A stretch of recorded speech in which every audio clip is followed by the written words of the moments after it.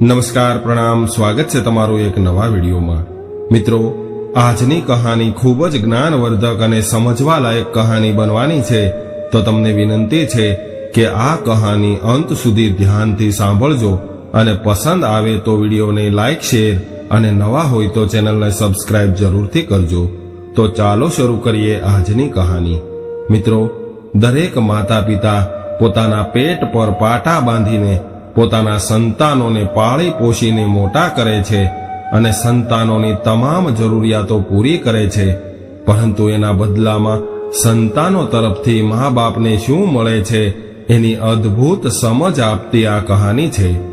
એક પુત્ર એના બીમાર પિતાને એની રૂમમાં બંધ કરીને વિદેશમાં જતો રહ્યો અને જ્યારે દીકરો 1 વર્ષ બાદ પાછો આવ્યો અને એણે એના ઘરનું દ્રશ્ય જોયું તો એ જોઈને દીકરો દંગ રહી ગયો। રાકેશભાઈ, જે હાલમાં એના પરિવાર સાથે અમદાવાદમાં રહે છે, ખરેખર તો એ પહેલા સૌરાષ્ટ્રના એક નાનકડા ગામડામાં રહેતા હતા, પરંતુ હવે એ અમદાવાદમાં આવીને સ્થાયી થયા હતા। અત્યારે એના પરિવારમાં એક પુત્ર સંદીપ અને વહુ ડિમ્પલ સાથે રહે છે। સંદીપ 4 વર્ષનો હતો ત્યારે એની માતાનું મૃત્યુ થયું હતું અને રાકેશભાઈ એના એકના એક પુત્ર સંદીપ અને એની વૃદ્ધ માતા સાથે ખૂબ જ મુશ્કેલીથી જીવન જીવી રહ્યા હતા। એની માતા પણ ઘણા વૃદ્ધ થઈ ગયા હતા, છતાં પણ એ નાનકડા સંદીપની ખૂબ જ સંભાળ રાખતા હતા। રાકેશભાઈને સરકારી નોકરી હતી, તેઓ એક પોસ્ટમેન હતા અને એના પગારમાંથી એનું જીવન વ્યતીત કરતા હતા અને ઘર પણ સારી રીતે ચાલતું હતું। એને એક જ વસ્તુની ખોટ હતી અને એ હતી એની પત્ની એનો સાથ છોડીને હંમેશા માટે આ દુનિયામાંથી જતી રહી હતી। તેનો પુત્ર સંદીપ એની માતા માટે રડતો રહેતો। એની વૃદ્ધ દાદી સંદીપને ખૂબ જ પ્રેમ કરતી હતી। એક દિવસ વૃદ્ધ દાદીમાએ રાકેશભાઈને કહ્યું કે દીકરા, હું હવે ક્યાં સુધી જીવી શકીશ? આ બાળકને એની માની ખૂબ જરૂર છે, એટલે તું બીજા વિવાહ કરી લે। પરંતુ રાકેશભાઈ દરેક વખતે એની માતાની આ વાતને ટાળી દેતા અને એવું કહેતા હતા કે માં, તમે નકામી ચિંતા કરો છો, સંદીપનું ધ્યાન રાખવા માટે તમે તો છો ને, તમે ક્યાં જવાના છો? આમ તો રાકેશભાઈને એની વૃદ્ધ માતાના સાથના કારણે એને ક્યારેય કોઈ પણ ચીજની કમી નહોતી લાગતી, પરંતુ ભગવાનને કંઈક બીજું જ મંજૂર હતું।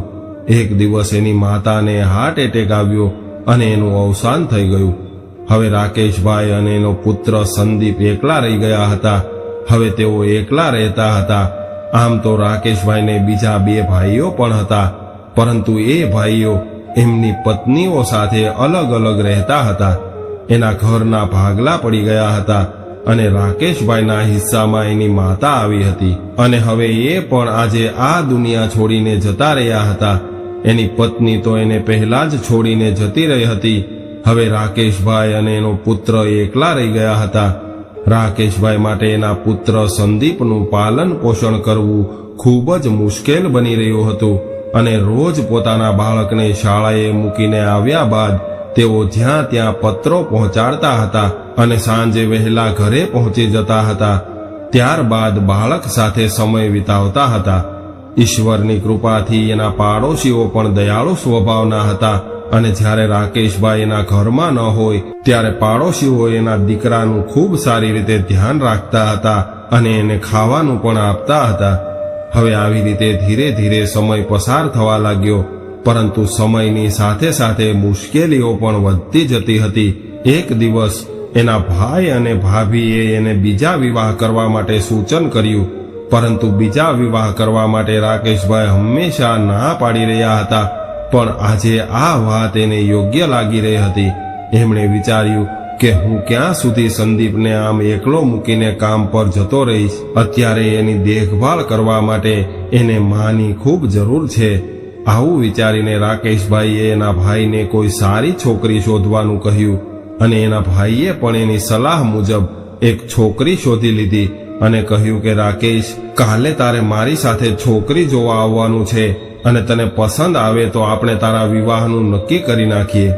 બીજા દિવસે રાકેશભાઈ છોકરી જોવા જવાના હતા। એ જ દિવસે એમણે અખબારમાં એક ઘટના વાંચી અને એમાં લખ્યું હતું કે એક વ્યક્તિની પત્નીનું અવસાન થયું હતું. ત્યારબાદ એ વ્યક્તિએ બીજા વિવાહ કર્યા, પરંતુ બીજા વિવાહ કર્યા બાદ શરૂઆતમાં એની પત્ની એની સાથે સારી રીતે રહેતી હતી અને બાળકોને પણ પ્રેમ કરતી હતી, પરંતુ આ બધું જ દેખાડો હતો. ધીમે ધીમે એની બીજી પત્નીનો અસલી રંગ બહાર આવવા લાગ્યો. હવે એ એના પતિની ગેરહાજરીમાં એના બાળકોને ત્રાસ આપવા લાગી અને ધીરે ધીરે આ બીજી પત્નીએ બાળકોને મારીને 2 બાળકોને મારી નાખ્યા અને ત્રીજો બાળક જે સૌથી મોટો હતો એના ઉપર એણે અન્ય 2 બાળકોની હત્યા કરવાનો આરોપ મૂકી દીધો અને એ ડરેલા બાળકે એની માતાના ડરના કારણે ગુનો ન કર્યો હોવા છતાં પણ એવું સ્વીકારી લીધું કે આ હત્યાઓ મેં કરી છે અને ત્યારબાદ એને સજા મળી ગઈ અને આ સમયે એ બાળક બાળ સુધાર ગૃહમાં રહે છે. આ સમાચાર વાંચીને રાકેશભાઈના રૂવાડા ઊભા થઈ ગયા અને એમણે તરત જ બીજા વિવાહ કરવાની ના પાડી દીધી, કારણ કે તેઓ અંદરથી ખૂબ જ ડરી ગયા હતા, કેમ કે એમણે એક એવી પત્નીને ખોઈ દીધી હતી જે એને એના જીવ કરતાં પણ વધારે પ્રેમ કરતી હતી. પરંતુ હવે એના પુત્રને તેઓ ગુમાવવા નહોતા માંગતા, એટલે એનું હૃદય એક પ્રેમભરી માતાની જેમ પીગળવા લાગ્યું. ત્યારબાદ એમણે કોઈ પણ સાથે બીજા વિવાહ ન કરવાનો નિર્ણય લીધો. હવે એની નોકરી અમદાવાદમાં જ બીજા એરિયામાં ટ્રાન્સફર થઈ હતી, એટલે એમણે એનું જૂનું મકાન વેચીને નવા એરિયામાં રહેવા જતા રહ્યા. ધીરે ધીરે એનો પુત્ર પણ મોટો થવા લાગ્યો અને સંદીપ મોટો થઈ ગયો. ત્યારે ભણી ગણીને એ પણ નોકરી કરવા લાગ્યો અને એની જ ઓફિસમાં એની સાથે કામ કરતી મીના નામની છોકરી સાથે એને પ્રેમ થઈ ગયો. ત્યારબાદ સંદીપે એના પિતાને આ વાત કરી. એના પિતા પણ આ વાત માટે રાજી થઈ ગયા અને એના સંતાનને દુનિયાની બધી જ ખુશીઓ મળે અને એ હંમેશા ખુશ રહે એવું વિચારીને રાકેશભાઈએ એના દીકરાના વિવાહ આ છોકરી સાથે કરાવી દીધા અને હવે એની વહુ મીના તેના ઘરે આવી ગઈ હતી. ખરેખર તો મીના આધુનિક સમયની છોકરી હતી, એટલે એ થોડી નારાજ રહેતી હતી અને દરેક બાબતમાં ફરિયાદ કરતી રહેતી, પરંતુ એ સંદીપની ખૂબ વહાલી હતી અને સંદીપ એને ખૂબ જ પ્રેમ કરતો હતો. ધીરે ધીરે સમય વીતવા લાગ્યો. હવે રાકેશભાઈને પણ કોઈ વાંધો નહોતો. તેઓ એવું વિચારતા હતા કે આ તો દીકરી કહેવાય, કંઈ વાંધો નહીં. જ્યાં સુધી મારા હાથ પગ ચાલે છે ત્યાં સુધી હું મારું કામ જાતે જ કરી લઈશ. વહુની પણ પોતાની જિંદગી છે અને એ ઈચ્છે એમ રહી શકે છે. એમણે એવું વિચારીને બધું જ છોડી દીધું હતું કે મારો પરિવાર ખૂબ જ સુખી જીવન જીવી શકે.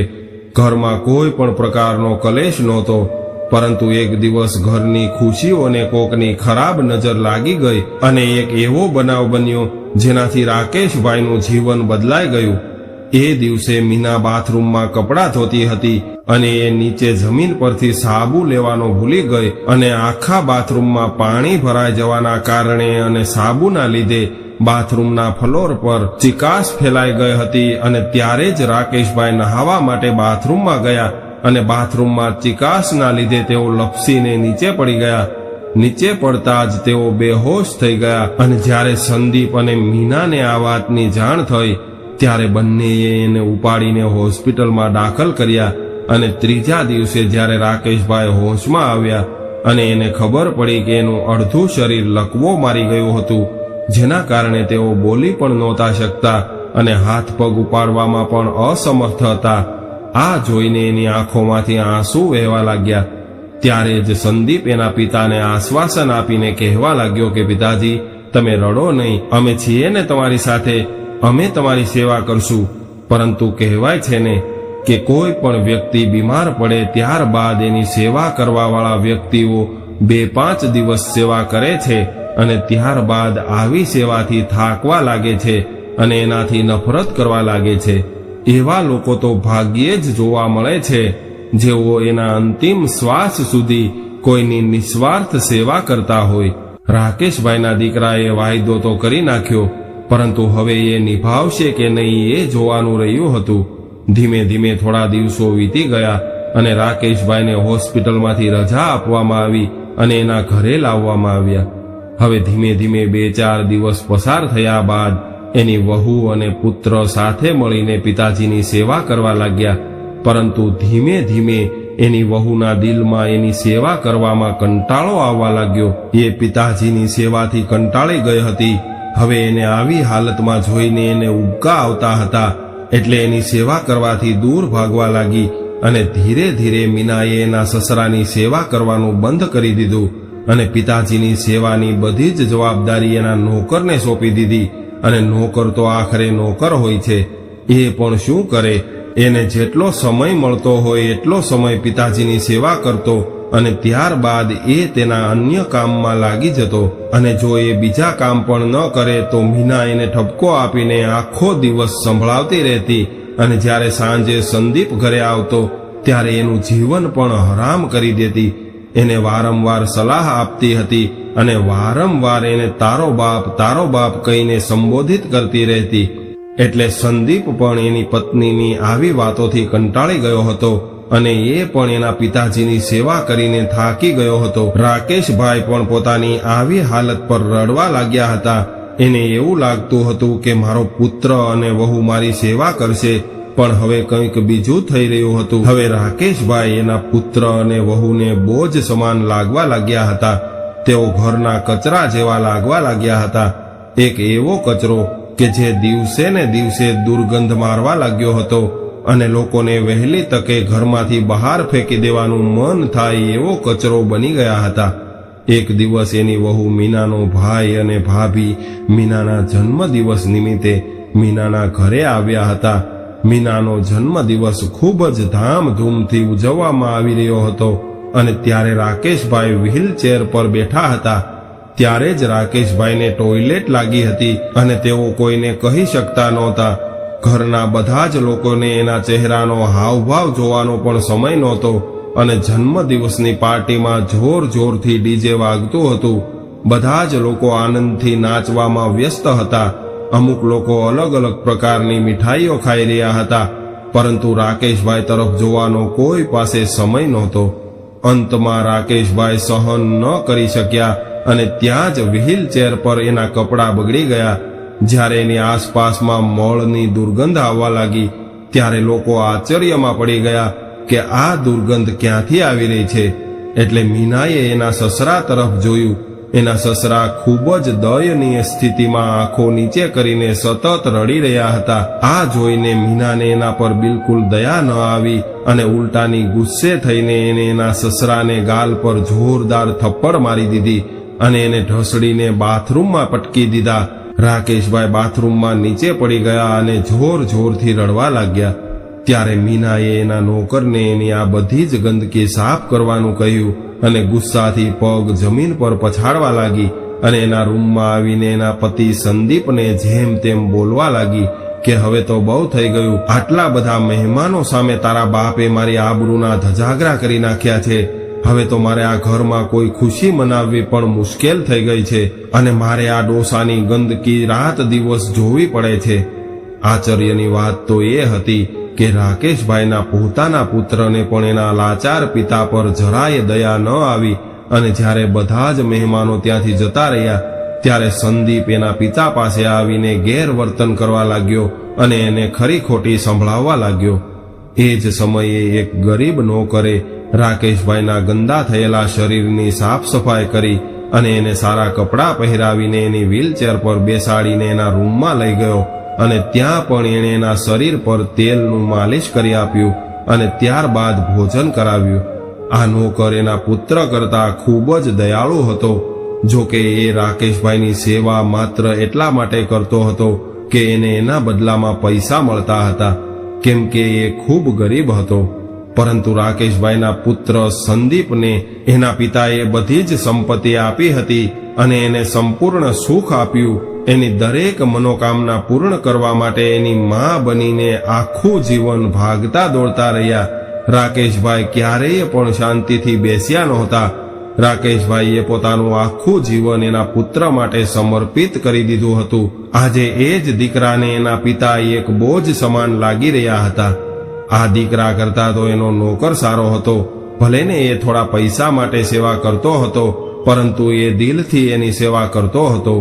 આવી રીતે આખી રાત નીકળી ગઈ અને સવાર પડી આજે સવારે પણ વાતાવરણ સારું નહોતું લાગતું. એની વહુ મીનાએ એવું ગંભીર વાતાવરણ સર્જી દીધું હતું કે જાણે ઘરમાં કોઈનું મૃત્યુ થયું હોય. અને આવી રીતે જ 4-5 દિવસ પસાર થઈ ગયા અને ત્યારે જ સંદીપને વિદેશથી એક લેટર આવ્યું અને એને વિદેશમાં એક સારી કંપનીમાં નોકરી મળી ગઈ હતી. આ નોકરી માટે સંદીપે પહેલા જ એપ્લાય કર્યું હતું. હવે સંદીપને વિદેશમાં નોકરી મળવાથી એની ખુશીનો કોઈ પાર ન રહ્યો અને એની પત્ની મીના પણ આ વાત સાંભળીને ખૂબ ખુશ થઈ ગઈ અને એ મનમાં ને મનમાં વિચારવા લાગી કે ચાલો કોઈ પણ રીતે હવે આ ડોસાથી છુટકારો મળશે.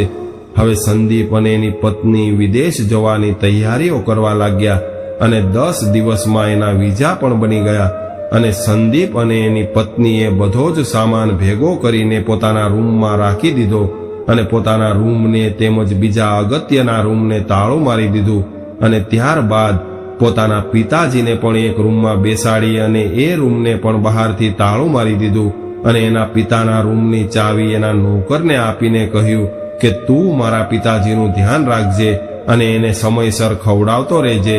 એનો જે કંઈ પણ ખર્ચો થશે એ હું તારા ખાતામાં મોકલતો રહીશ અને એ પૈસાથી તું મારા પિતાજી માટે દવા લાવજે અને મારા પિતાજીની સાર સંભાળ રાખજે.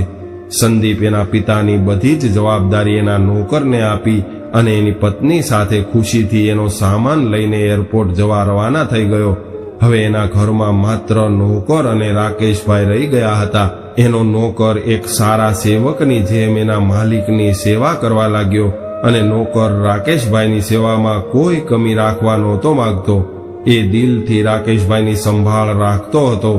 રાકેશભાઈ પણ એના નોકરની આવી સેવા જોઈને ખૂબ જ ખુશ હતા.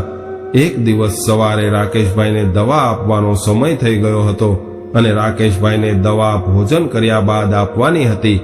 એટલે રાકેશભાઈના નોકરે રસોડામાં જઈને જોયું તો લોટ સમાપ્ત થઈ ગયો હતો. રોટલી બનાવવા માટે એના રસોડામાં બિલકુલ લોટ નહોતો.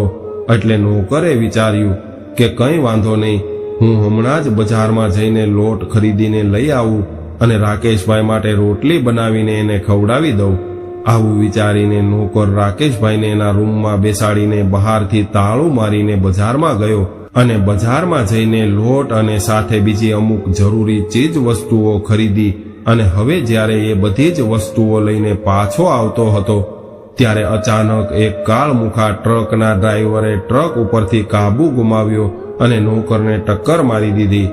ટ્રકની ટક્કર લાગવાથી નોકર ફંગોળાઈને દૂર ફેંકાઈ ગયો અને દૂર ફંગોળાવાથી એના માથામાં ગંભીર ઈજા થઈ હતી. ત્યારે જ ત્યાં ઊભેલા અમુક સ્થાનિક લોકોએ એને તાત્કાલિક હોસ્પિટલમાં દાખલ કરાવ્યો. ત્યારબાદ ડોક્ટરે કહ્યું કે આ વ્યક્તિને માથાના ભાગે વધારે ઈજા થવાના કારણે એનું અવસાન થયું છે. આજે રાકેશભાઈનો એકમાત્ર સહારો હતો એ પણ એને આવી રીતે છોડીને હંમેશા માટે આ દુનિયા છોડીને જતો રહ્યો હતો. આ બાજુએ નોકર રાકેશભાઈને એના રૂમમાં બંધ કરીને બહારથી તાળું લગાવી દીધું હતું અને એણે એવું વિચાર્યું હતું કે જો એ બહારથી તાળું નહીં મારે તો એના રૂમમાં ઘણો સામાન અને થોડા પૈસા પડ્યા હતા એ ચોરી થઈ જશે. એટલે એ નોકરે રાકેશભાઈને એના રૂમમાં બેસાડીને રૂમને બહારથી તાળું મારીને રૂમની ચાવી એની સાથે લઈ ગયો હતો અને હવે તો એ નોકર પણ જતો રહ્યો હતો. આ બાજુ બિચારા રાકેશભાઈ ભૂખના માર્યા એની રૂમમાં તડપવા લાગ્યા હતા. એમણે બોલવાનો પણ પ્રયત્ન કર્યો હતો પરંતુ લકવાના લીધે એ બોલવામાં અસમર્થ હતા. ત્યારબાદ એણે દરવાજો ખખડાવવાનો પ્રયાસ કર્યો પરંતુ એના હાથ કામ નહોતા કરી રહ્યા.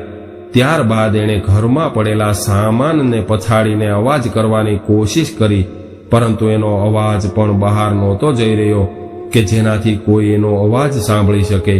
આવું કરતા કરતા 10 દિવસ વીતી ગયા અને 11મા દિવસે ખાધા પીધા વગર જ ભૂખ અને તરસથી પીડાઈને બિચારા રાકેશભાઈ આ દુનિયા છોડીને જતા રહ્યા અને કોઈને ખબર પણ ન પડી કે એનું આટલું બધું દુઃખદાયક મૃત્યુ થયું છે. રાકેશભાઈ ગુજરી ગયા એને 1 વર્ષ વીતી ગયું હતું અને 1 વર્ષથી એક લાશ આ રૂમમાં બંધ પડી હતી. આજુબાજુના લોકો પણ એના ઘરે આવતા નહોતા અને એના કોઈ સંબંધી પણ નહોતા કે જે એની કોઈ ખબર લેવા આવે. આ બાજુ સંદીપ એના ઘરે એના નોકરને થોડા દિવસોથી ફોન કરતો હતો, પરંતુ એના નોકરનો ફોન સ્વિચ ઓફ આવતો હતો. એટલે સંદીપને કંઈક અજુગતું બન્યું હશે એવો વિચાર આવ્યો અને એ પોતાના દેશમાં પાછો આવ્યો. અને જ્યારે એ ઘરે આવ્યો તો એને કંઈક અજુગતું લાગ્યું. એનું ઘર ખૂબ જ નિર્જીવ અને ધૂળથી ઢંકાયેલું હતું અને એના નોકરનો કોઈ અત્તો પત્તો નહોતો. એટલે સૌ પ્રથમ એ પોતાના પિતાના રૂમ તરફ ગયો અને ત્યાં જોયું કે એના પિતાનો રૂમ બહારથી બંધ હતો અને એના પર તાળું લાગેલું હતું અને ઘરની અંદરથી ખૂબ જ દુર્ગંધ આવી રહી હતી. આ દુર્ગંધ જોઈને એને કંઈ સમજાયું નહીં. એટલે એણે હાથમાં એક મોટો પથ્થર લઈને રૂમનું તાળું તોડી નાખ્યું અને રૂમની અંદર ગયો. અંદર જઈને જોયું તો એના હાથમાંથી બધી જ વસ્તુઓ જમીન પર પડી ગઈ અને એ પોતે પણ જમીન પર પડીને જોર જોરથી રડવા લાગ્યો, કેમ કે એની સામે રાકેશભાઈનું મૃત શરીર, જે સંપૂર્ણ રીતે હાડ પિંજરમાં પરિવર્તિત થઈને વ્હીલચેર પર પડ્યું હતું. આ જોઈને સંદીપને ખૂબ જ પસ્તાવો થયો, પરંતુ હવે પસ્તાવો કરવાથી શું થવાનું હતું? જે થવાનું હતું એ તો થઈ ગયું હતું. હવે તો સંદીપ રડતા રડતા કહેવા લાગ્યો કે પિતાજી, મારાથી આ કેવી ભૂલ થઈ ગઈ છે. મેં ખૂબ મોટો ગુનો કર્યો છે. હું તમારો ગુનેગાર છું. મારે તમને આવી રીતે એકલા છોડીને ન જવું જોઈએ. અરે, આવી નોકરીનો શું ફાયદો છે કે જેણે મારા પિતાજીનું જીવન લઈ લીધું? ધિક્કાર છે મારી આ નોકરીને. હું એક પુત્ર થઈને મારા પિતાની વૃદ્ધાવસ્થામાં સેવા પણ ન કરી શક્યો. મિત્રો, હવે આવા પસ્તાવાનો શું મતલબ છે? કારણ કે જે જીવ જતો રહ્યો છે એ હવે પાછો નથી આવવાનો અને પાછળથી આવી રીતે પસ્તાવો કરીને પણ શું ફાયદો છે? આના કરતાં તો સારું એ હોત કે જ્યારે એ વ્યક્તિ જીવિત હતો ત્યારે એને સુખ આપ્યું હોત અને જ્યારે એ વ્યક્તિ જીવિત હતો ત્યારે એનું માન સન્માન જાળવ્યું હોત અને એના દુઃખને સમજ્યો હોત, તો આજે એના પિતાજી જીવિત હોત અને શાંતિથી એની વૃદ્ધાવસ્થાનું જીવન વિતાવતા હોત. મિત્રો, આજની આ કહાની તમને કેવી લાગી કોમેન્ટમાં જરૂર જણાવજો અને પસંદ આવી હોય તો વિડીયોને લાઈક, શેર અને નવા હોય તો ચેનલને સબસ્ક્રાઇબ જરૂરથી કરજો. હર હર મહાદેવ.